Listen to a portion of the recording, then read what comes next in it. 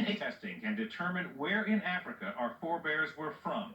Among those using the test to trace their family's past, Spike Lee, Oprah Winfrey, and actor Isaiah Washington, one of the stars of Grey's Anatomy. Brother Washington, your mitochondrial DNA is quite common among the Mende and Temne people in Sierra Leone. Yeah!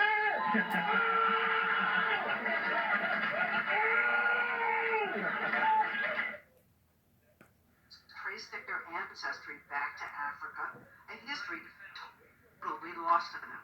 You think about young African Americans growing up thinking that history started with slavery. I mean, how do you think that impacts their psyche? We went through slavery. We didn't start with slavery. To Vi Higginson, the prospect of tracing even a tiny fraction of her ancestry back to Africa was enthralling. 60 Minutes sent her DNA to African Ancestry, as well as to several other genetic genealogy companies, to see what they could tell us about Vi's maternal lineage. I'm sitting on the edge of my seat. Kittle's company sent Vi what they call a certificate of ancestry. Oh my God. It says that you share maternal genetic ancestry with people from the Mende tribe in Sierra Leone. Do you know anything about Sierra Leone or the Mende people? No. Nothing. People have been waiting a lifetime for something like this. Now, this is just a tiny bit of information now. But they take it as huge. Right, because it's cracking open the door that was closed for centuries. There's a place in Africa you could say that I'm from. A tribe. I am thrilled. It puts a name, a place, a location, a people. It opens up such possibilities. But the problem is, Sierra Leone wasn't the only answer Vi got. A company called Relative Genetics found a match to a single person in the Wobi tribe in the Ivory Coast. Different? Now, I got all excited about that, and this is different. Now, how could that happen? Then a third company, Trace Genetics. Your particular sequence matches sequences reported among multiple Mendenka individuals in Senegal. What's up with this? And Family Tree DNA, the company that linked Vi with Marion in the first place, came up with a whole list of matches. This goes on and on. My goodness. So what do we know about Vi's ancestry? The DNA does indicate that she has distant relatives in the Mende tribe, but she also has relatives in all those other tribes. So no one can say for sure where Vi's maternal ancestor actually came from. When I handed Vi the certificate, she got extremely emotional about it.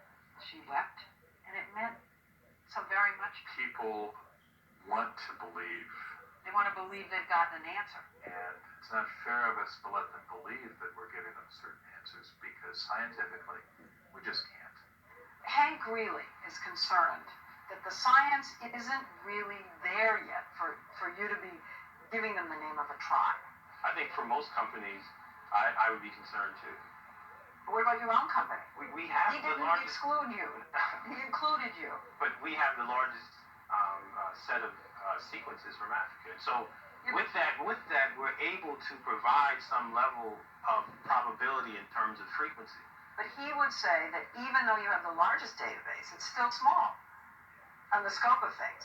As I said, I share those concerns. About yourself. Our DNA. And that's the rub. This business of genetic genealogy is fraught with limitations. For one thing, it can only provide information about a tiny fraction of our ancestry.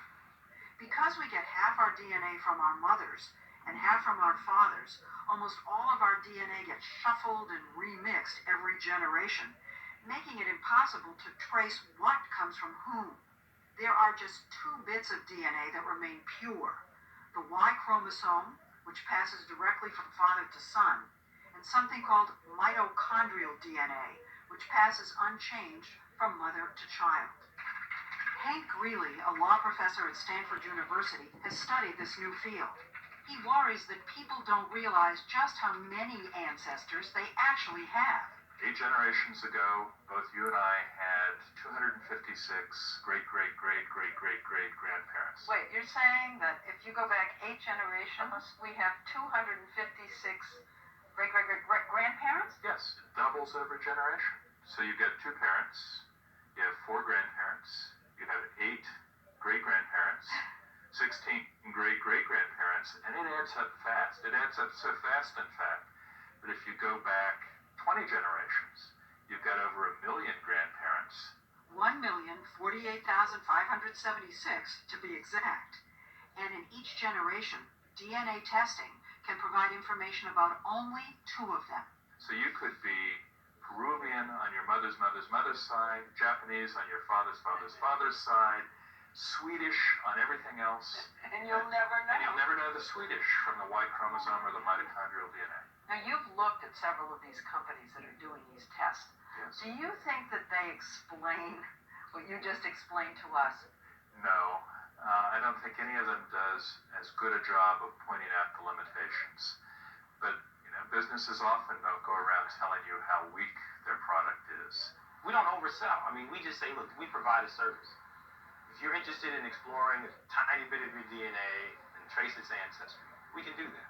When you say it's a tiny little amount, It's less than 0.1%. that's pretty teeny. Yeah, but for people who know nothing about any of them, I think it's very important.